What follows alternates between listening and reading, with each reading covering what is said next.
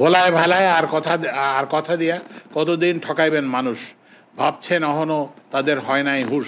গোছায় গাছায় loan, বেশি দিন পাইবেন না সময়, আলামত দেখতেছি মানুষেরই হই বই দিয়া জানাইছে ভাই, আইতাছি টাউন দেখতে একসাথে আমরা সবাই।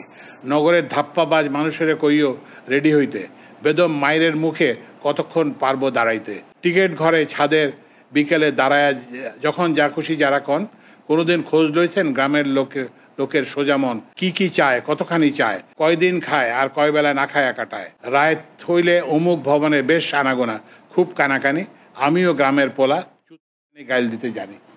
তো সুতরাং আমাদের জন্য খুব ভয়াবহ সময়। এই যে কতগুলো ছাত্র নামছে, আমরা পুলিশ, র্যাব, এপিসি, তারপর ট্যাঙ্ক, হেলিকপ্টার, কিছুই তো কাজ করে নাই। ওই যদি আপনার ভিডিওতে দেখছেন, বলছে যে যাকে গুলি করি সে মরে যায়, কিন্তু পাশের লোক সরে না। আর এখন হচ্ছে কি আমাদের হাজার হাজার লোক দেখতেছে, চোখ দেখতেছে।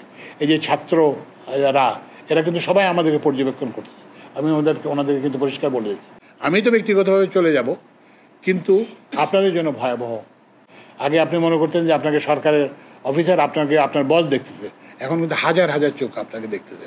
তো এখন আপনি চিন্তা করেন, যদি এই যে শ্রমিক কৃষক যাদের কথা এখানে বলা হয়েছে, ওরাও যদি আসে, আমি কোথায় দাঁড়াবো? তো আমরা যদি এখন নিজেরা যদি আগের মতো ব্যবহার করি, তাহলে কিন্তু চলবে না। মানুষের যে প্রত্যাশা এটা